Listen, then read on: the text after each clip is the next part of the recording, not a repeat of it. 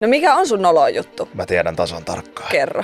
Joskus 6 vuotta sitten palasin Järvenpäähän mun vanhalle koululle. Menin moikkaa vanhoja kavereita ja näin. Mulla oli 2 puhelinta mukana. Siinä välitunnilla mä annoin sen mun toisen puhelimen. Mä en muistella tarkalleen syytä siihen, mutta annoin sen yhdelle tutulle. Sitten se ei suostunut antaa sitä puhelinta enää mulle takaisin, vaikka mä pyysin tosi monta kertaa. No. Se meni tosi pitkälle se juttu ja mä olin silleen, että oikeesti, että annat sen puhelimen, että mun pitää lähteä täältä. Samaan aikaan kun mä otin sitä puhelinta ja mä työnsin sitä, että mä saan sen puhelimen sieltä pois, niin sit se kaatui.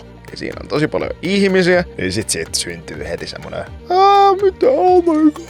Sitten mä oon silleen, että okei, mä lähden nyt pois. Sitten mä hyppään pyörän selkään, mä ajan semmosen kokistölkin päälle, ja se jää sinne pyörän renkaan väliin sillä, että se stoppaa sen etupyörä lukkoo suoraan naamalleen siihen. Siis aivan hirveet. On niinku, oikeesti ton miettii, niin toi vaikuttaa ihan joltain käsikirjoitetut sketsiltä jostain leffasta, että ei voi tapahtua tolleen. Ihan hirveä.